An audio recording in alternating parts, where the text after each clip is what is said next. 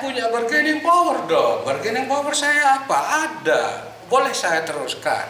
Ya tidak kasus meme aja, kasus yang lain juga banyak yang mau melaporkan saya ke Polresta, ke Polres atau bahkan ke Polda dan lain sebagainya. Monggo, saya silakan. Anda tahu siapa aja yang dapat proyek lalu Anda kritisi, tahu? Oh, tahu lah. Infonya dari? Iya, rahasia lah. Kalau saya keluar infonya semua di sini, ya bukan bargaining saya nanti. Nah, urusan apa namanya biopori. Jadi postingan di Facebook soal biopori, lalu Anda nyinggung soal donasi yang hampir 1M itu, setengah M, 500 juta, masih banjir. Kabarnya Anda mau dilaporkan lagi gara-gara itu. Infonya begitu, info validnya begitu. Saya masuk penjara lagi sama-sama, tuh saya juga akan melaporkan sama dong. Mana uang yang 470 sekian itu? Berarti penggelapan. Lebih parah, atau paling saya masuk 3 tahun, 4 tahun. Mereka masuk bisa 12 tahun. Menggelapkan dana donasi.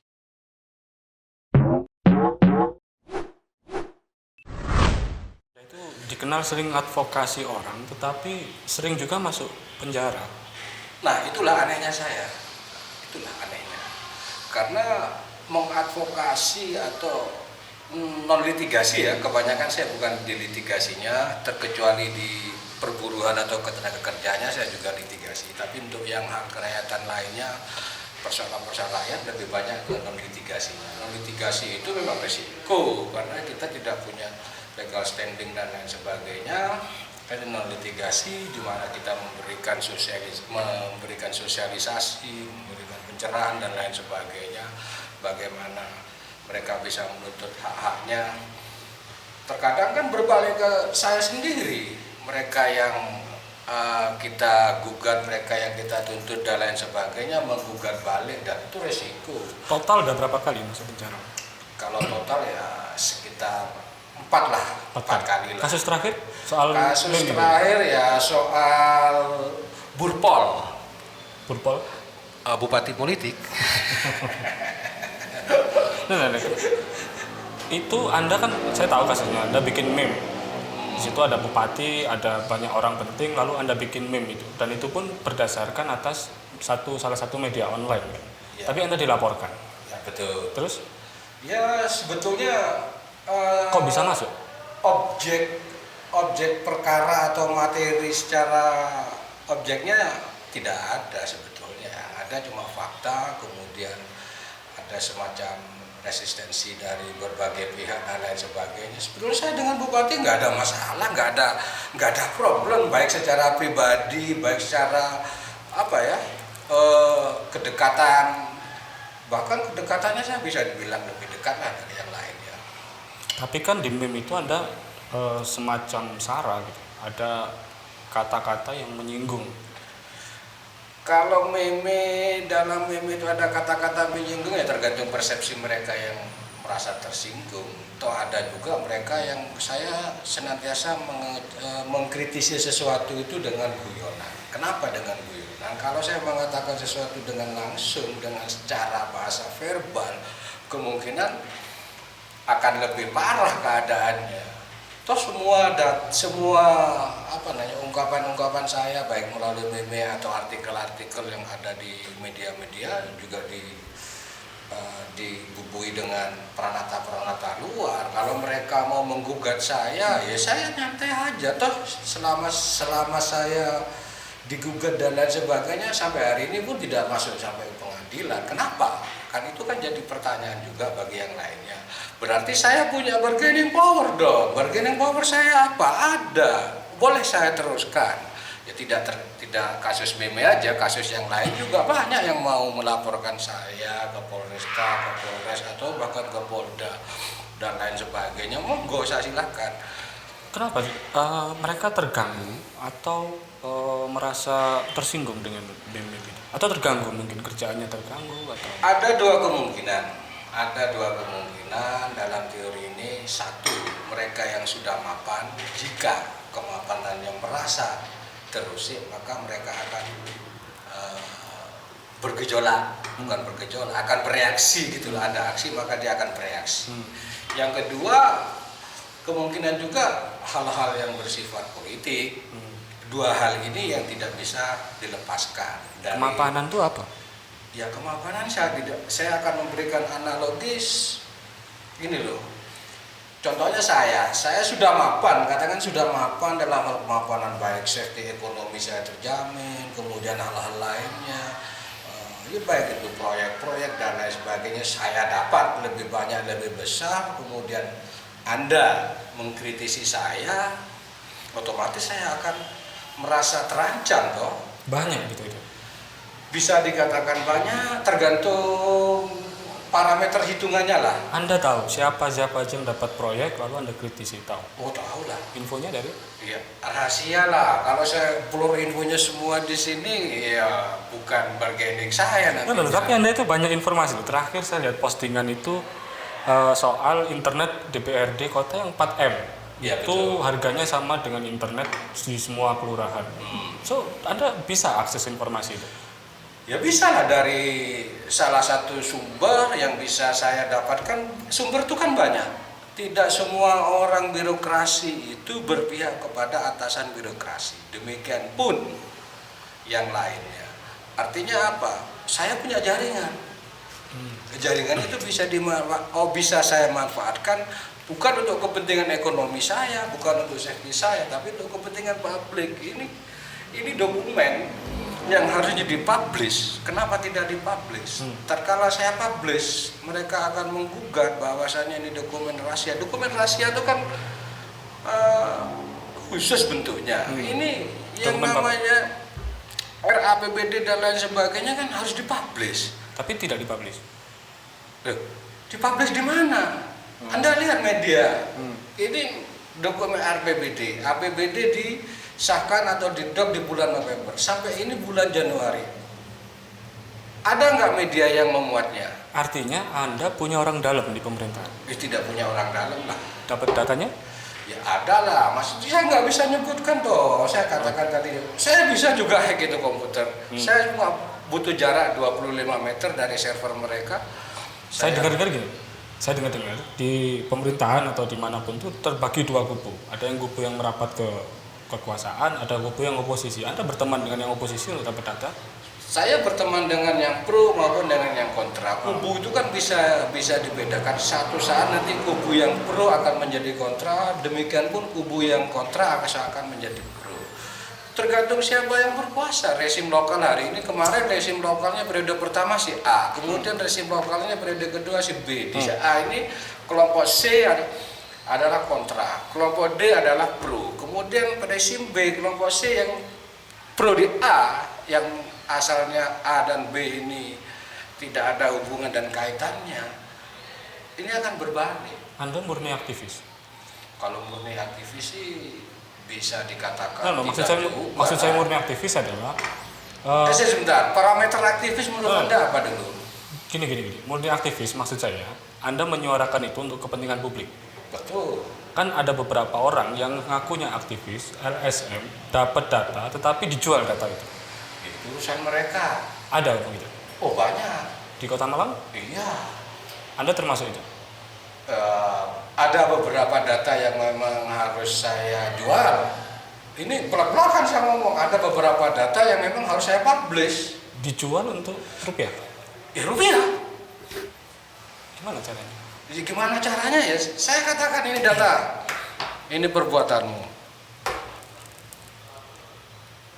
Mau berapa? Kan begitu. Kalau enggak ya saya publish. Pernah ngakuin? Sering? Sering tidak. Cuma ada beberapa katakanlah di birokrasi ini kamu melakukan ini keliru loh.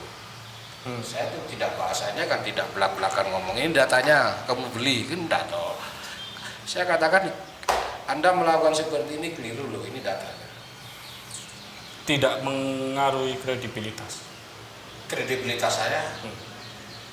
Enggak, artinya misalkan saya pejabat, Anda jual data ke saya, lalu tiba-tiba Anda 2 bulan lagi, sebulan lagi teriak lagi data. Alah, percuma caping aja paling jualan. Oh tidak, saya lihat toh, kan saya katakan tadi tidak semuanya, hanya beberapa. Katakanlah dalam kasus-kasus subjektivitas personal. Okay. Kalau kasus-kasus yang meliputi kasus publik ya harus dipublish. Katakan Anda datang ke room bersama saya, begitu loh. Tahu-tahu kan contoh ini, contoh. Anda melakukan hal-hal yang di luar Saya sebagai pejabat publik ya. kebiasaan umumnya, di room ngapain dan lain sebagainya, plus-plusnya dan lain sebagainya. Saya kan jelas punya datanya begitu. Itu bukan pemerasan. Oh, saya merasa apa? Saya katakan Anda keliru melakukan hal itu. Kalau di room mungkin tidak ya, mungkin hal-hal yang lainnya. agak Katakan ekstrim lah. ada seseorang yang memberikan katakan pengusaha dan lain sebagainya, memberikan sesuatu pada Anda. Saya kan sangong, Mr. Hamzah, you keliru melakukan ini. Kan begitu aja toh. You seharusnya tidak melakukan ini. Kalau you mau melakukan ini, you harus berarti you harus tunduk ini, tidak tunduk pada kebijakan you, kan begitu. Harusnya kebijakan itu rakyat, tapi you untuk kebijakan ini, you keliru. Tapi memang Anda ini infonya itu kadang-kadang A1 dulu waktu awal Om bilang mau ada KPK di Malang. Saya adalah orang yang paling tidak percaya. Ingat kan waktu acara saya paling tidak percaya, omongan sampean saya potong. Toh 1 bulan kemudian benar itu terjadi. Dapat curian dari mana info itu? Kalau sampai sejauh itu ya narasumbernya. Iya, saya katakan bahwasanya saya tidak mengatakan bahwa saya orang KPK, saya tidak mengatakan bahwa saya orang BPK, saya tidak mengatakan bahwa saya orang kejaksaan, saya juga bukan cepunya kepolisian dan lain sebagainya. Tapi jaringan yang saya katakan, saya juga pernah ada di Jakarta, saya juga pernah ada di beberapa kota besar. Saya punya jaringan, kan begitu. Semua punya jaringan. Jaringan ini yang bisa dimanfaatkan. Artinya dimanfaatkan dalam tanda kutip loh ya. Bukan yang dimanfaatkan dalam hal yang kepentingan pribadi dan lain sebagainya. Saya katakan bahwa sebentar lagi akan ada KPK dan KPK akan menggeledah atau melakukan hal-hal seperti ini. Kira-kira soal lagi nggak KPK di Malang? Waduh, jangan tanya saya dong. Emang saya dukun nanti. Kan infonya jaringannya katanya nasional. Kan sudah sowan kemarin. Batu, kota? Ya kira-kira kenapa harus sowan ke Batu? Sama dengan kejadian yang pertama yang disowanin dulu kan Batu. Ya kan? Kode. Kemungkinan ada ke Kota Malang atau ke kabupaten? Ya wallahu a'lam, bisa awam, tapi bisa jadi kan begitu. Saya tidak ingin menciptakan sesuatu yang menimbulkan keresahan publik lagi dulu. Sudah dapat info kalau mau ke Malang? Oh, info adalah Kota? Kabupaten? ya di antara duanya. Kasus baru? Bisa dibilang kasus lama lah. Kasus lama yang masih 40 anggota dewan? Oh, bukan. Atau kalau kota kemungkinan bisa 10-20%, kalau kabupaten sudah diperkirakan 70% lah. oh ya? Tapi kalau kota bisa dikatakan saya tidak bisa memprediksi secara tepat. Tetapi arah ke sana ada. Itu aja. Dengar-dengar Anda dilaporkan lagi ke polisi? Saya dilaporkan ke kepolisian kan tidak hari ini aja. Urusan Biopori. Jadi postingan di Facebook soal Biopori, lalu Anda nyinggung soal donasi yang hampir 1M itu, setengah M, 500 juta, masih banjir. Kabarnya Anda mau dilaporkan lagi gara-gara itu? Infonya begitu, info validnya begitu. Setelah saya konfirmasi kepada kelompok mereka, dalam tanda kutip kelompok mereka, saya konfirmasi orang per orang. Saya tidak langsung berkonfirmasi secara keseluruhan dalam satu tempat semuanya, dan tidak. Saya konfirmasi ke satu orang, tidak mengakui, konfirmasi satu orang lagi sedikit mengakui, konfirmasi ada beberapa orang di kelompok itu, ada satu orang yang mengakui, ya screenshotnya ada dan lain sebagainya, percakapannya ada bahwa saya akan dilaporkan itu benar. Tapi saya bilang ya silakan dilaporkan langsung. Saya mengkonfirmasi itu bukan saya ingin lari dari omongan saya, tidak. Saya ingin menegaskan lagi. Kalau saya memang dilaporkan atas dugaan pencemaran nama baik, kalau nama baik nanti nama baik sebetulnya itu rancu ya, sumir masih. Apakah dulunya dia namanya jelek atau dan lain sebagainya, sekarang namanya baik dan lain sebagainya, artinya mencemarkan. Tapi menurut saya itu bukan pencemaran nama baik. Anda itu menunjukkan bahwa ini ada donasi Biopori gagal. Buktinya masih banjir. Waktu tawarin proposal dulu katanya nggak banjir setelah di Biopori. Begitulah informasinya, informasi yang ada dari sebuah grup TS2 Group ya, Anda mungkin tahu, Saya Pak nonton. Malang juga tahu grupnya. Kemudian yang menjadi penasihat adalah salah satu orang, saya sebut engkik ya, engkiknya, mbahnya dari The Green ini loh, The Green ini juga. Iya, iya. Kemudian mengadakan salah satu kelompoknya itu, salah satu oknum dari kelompok oknum ya, untuk Oknum. mengadakan donasi, disepakati juga disetujui oleh wali kota, disetujui oleh wakil wali kota, bahkan DPRD, bukan yang sekarang. Iya, yang lalu Waktu ya. itu ya PAW ya, DPRD. Ketuanya juga menyetujui dan lain sebagainya untuk diadakan donasi biopori untuk mengatasi banjir Kota Malang. Dan yang diadakan sampai hari ini saya tidak tahu LPJ-nya seperti apa, datanya seperti apa, daerah mana saja, wilayah mana saja, zona mana saja yang telah dibiopori. Nyatanya kemarin banjir besar, ya banjir besar yang selama ini gelintung, selama ini dari Gelintung Ciliwung Ya. jarang terjadi banjir. Nah, saya hidup di Kota Malang mulai tahun 87.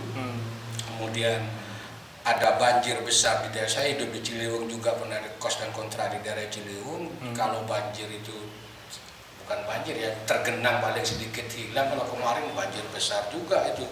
Nah, justru di daerah-daerah yang dinyatakan sebagai zona hijau, the green zone, malah banjir. Itu zona yang dipasang biopori. Itu zona yang dicanangkan sebagai zona hijau lah. Zona hijau pastilah ada bioporinya lah. Anda nggak tahu biopori hasil donasi itu dipasang di mana? Tidak ada yang tahu. Tetapi Anda ngomong bahwa itu yang lokasi banjir itu setelah dipasang biopori. Bisa jadi kan Bisa. gini loh. Nggak nuduh itu. Karena yang mengadakan mau nuduh apa? Saya kan bertanya. Oh. Kalau saya nuduh kan ngomong, Master Hamzah, kau sudah pasang itu biopori di situ, kenapa banjir? Kan saya tidak mengatakan seperti itu. Saya hanya bertanya, apakah betul daerah green zone yang sudah di biopori kenapa bisa banjir? Pertanyaan saya, kenapa bisa banjir tuh? Ya dicari sebabnya. Itu. Jadi bukan nuduh langsung, Nah. tapi dilaporkan. Sempat mau dilaporkan. Sempat mau dilaporkan, dia nggak tahu mau dilaporkan langsung atau tidak, ya urusan mereka. Sempat di ini nggak di WhatsApp atau di kontak? Enggak di kontak, enggak di WhatsApp, tapi informasi validnya memang ada bahwa saya mau dilaporkan tentang unggahan saya di sebuah medsos, Ya, di betul. Twitter, kemudian di FB, di WA, grup WA, bahwa saya telah mengada-ngada dan memfitnah tentang biopori. Tapi itu kan donasi, bukan uang APBD. Betul. Apa kepentingannya? Gini loh.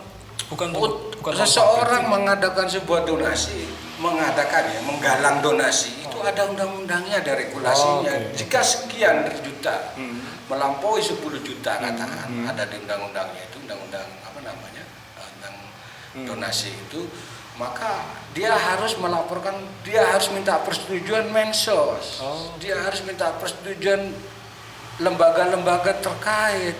Jika lebih dari 10 juta, ini bukan 10 juta lagi loh. setengah M ya. Hampir setengah M. Kalau catatan terakhir yang saya punya sih ya 400-an lebih lah. 400-an lebih itu masih dalam bentuk apa namanya, materi uang ya, belum yang peralatan dan lain sebagainya. Juga ada peralatan yang dijual beberapa orang dan lain sebagainya. Dan saya sudah punya datanya, peralatan ini dijual ke ini, peralatan ini, mesin biopori maksud saya dijual ke ini, dijual ke ini. Artinya saya bukan donaturnya. Andai kata saya donaturnya, saya bisa gugat itu. Yang bisa menggugat hari ini, yang bisa menggugat mereka yang menggalang donasi itu adalah mereka yang mendonasikan uangnya, baik 10.000, baik 50.000. Tapi sampai hari ini mereka pasti ratusan toh, kalau sudah di atas 400. Tidak ada satupun yang bergerak hatinya untuk meminta LPG itu. Hanya Anda yang bergerak hatinya. Saya tidak bergerak. Usil. Usil bukan juga. Saya kan ada sebuah kekecewaan seperti saya katakan tadi. Saya hidup di Kota Malang mulai tahun 87 saya katakan. Nah, Anda diam aja, nggak ngurusi itu, aman-aman saja kan. Tapi kan ketika Anda bersuara soal donasi, toh ujung-ujungnya masuk penjara lagi. Kalau memang itu dilaporkan dan ditahan lagi di Polres. Ya boleh masuk penjara lagi sama-sama, tuh saya juga akan melaporkan sama dong. Mana uang yang 470 sekian itu? Berarti penggelapan. Lebih parah, atau paling saya masuk 3 tahun, 4 tahun, mereka masuk bisa 12 tahun. Menggelapkan dana donasi. Ada undang-undangnya. Ada, KUHP ada, undang-undang donasinya juga ada. Tanpa ada penggalangan dana, tanpa ada sebuah pertanggungjawaban, masa bisa digugat. Contohnya Alfamart itu tuh, ya toh, iya. digugat berapa miliar itu Alfamart. Koin-koin itu ya. Koin, hanya koin 100 rupiah loh ya. Artinya 100 yang kembalian yang kalau Alfamart tidak bertanya, mereka didonasikan ya? Artinya didonasikan tidak. Artinya ini ada kembalian 100 rupiah. Walaupun 100 rupiah kan tetap dalam bentuk rupiah harusnya, bentuk harus dikembalikan. Tapi kan Alfamart bertanya, Mas, sisa kembaliannya boleh nggak saya donasi untuk didonasikan? Kalau kita boleh, berarti saya akan donasi 100 rupiah. Kemudian kalau besok itu masuk di struk? Enggak? Enggak, boleh enggak masuk di struk apa-apa. Tapi kan ada di struk kembaliannya berapa tuh. Kita struk bisa kembalikan. Kemudian saya tanya lagi ke Alfamart, katakan setahun berikutnya, mana hasil donasi? Walaupun saya nyumbang 100 rupiah, apa aja? Bisa. Pernah Anda nanyakan itu? Itu lebih besar loh daripada donasi yang biopori. Akhirnya apa? Tapi kan Alfamart sekarang sudah memberikan semacam buletin bulanannya yang ini hasil donasi sekian, kemudian yang sudah tersalurkan sekian. Itu sudah bisa dianggap sebagai LPG-nya. Kemudian juga ada, kalau nggak salah sudah terdaftar di Kemenkesnya gitu. Artinya mereka punya LPG. Ada punya LPG. Kalau yang biopori ini? Enggak ada LPG-nya, buletinnya juga enggak ada. Pemberitaannya di papan kelurahan juga enggak ada. Kemudian mungkin grup WA. Ini loh. Saya mengatakan ini kan ada isu-isu di luar, selentingan di luar. Nah, apa biopori ini kau? Ini apa donasi ini kok hilang dan lain sebagainya. Dari selentingan itu saya berbicara, mesti ngomong, sama donasi enggak? Ya donasi, ya tanya sama yang bersangkutan, sama yang menggalang donasi. Tapi kan niatnya baik ya donasi itu, mengurangi banjir. Semua niat donasi baik. Donasi pinggir jalan yang pakai kotak aqua itu juga baik. Tapi dalam hal penyalurannya, dalam hal pendistribusiannya ya harus terbuka dong.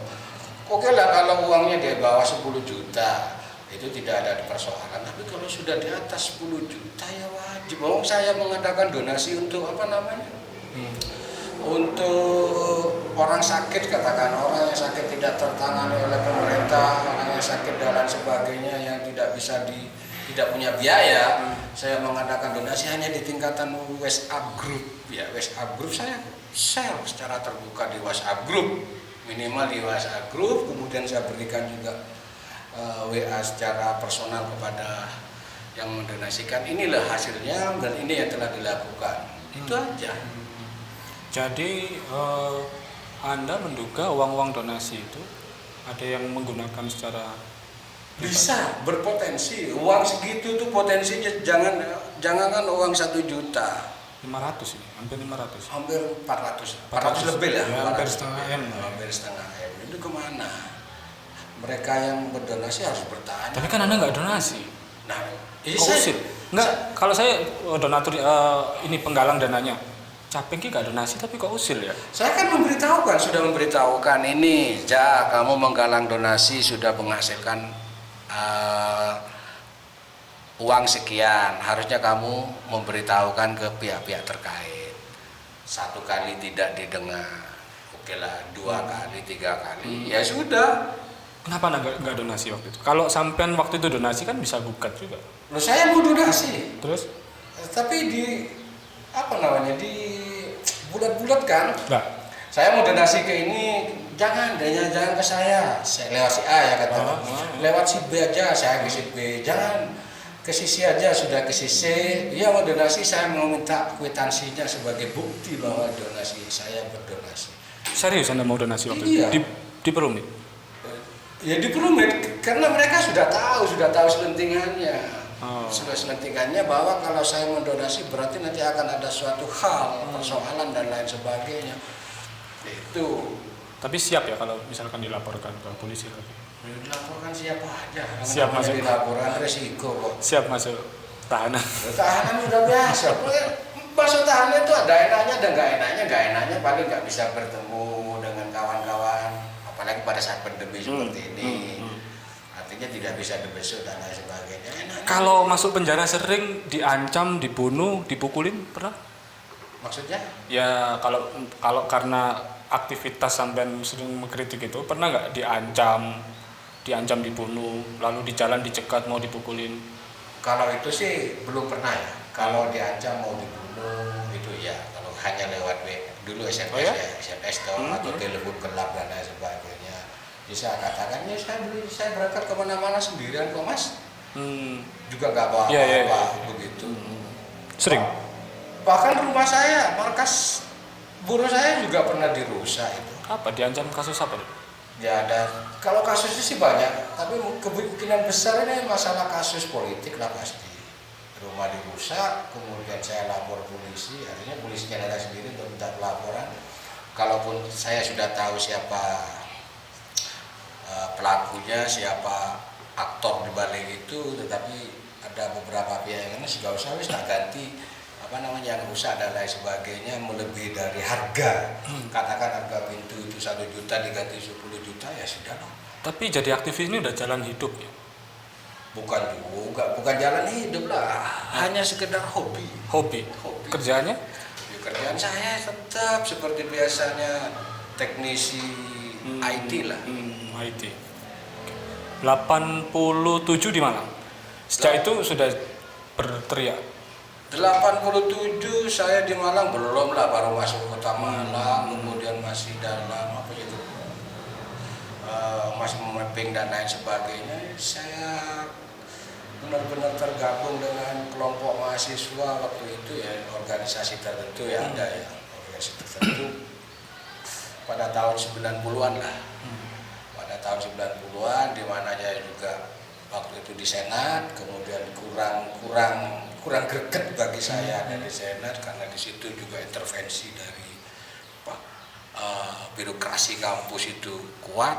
Saya mau organisasi yang independen, ketemulah organisasi mahasiswa yang independen yang tidak diintervensi kampus.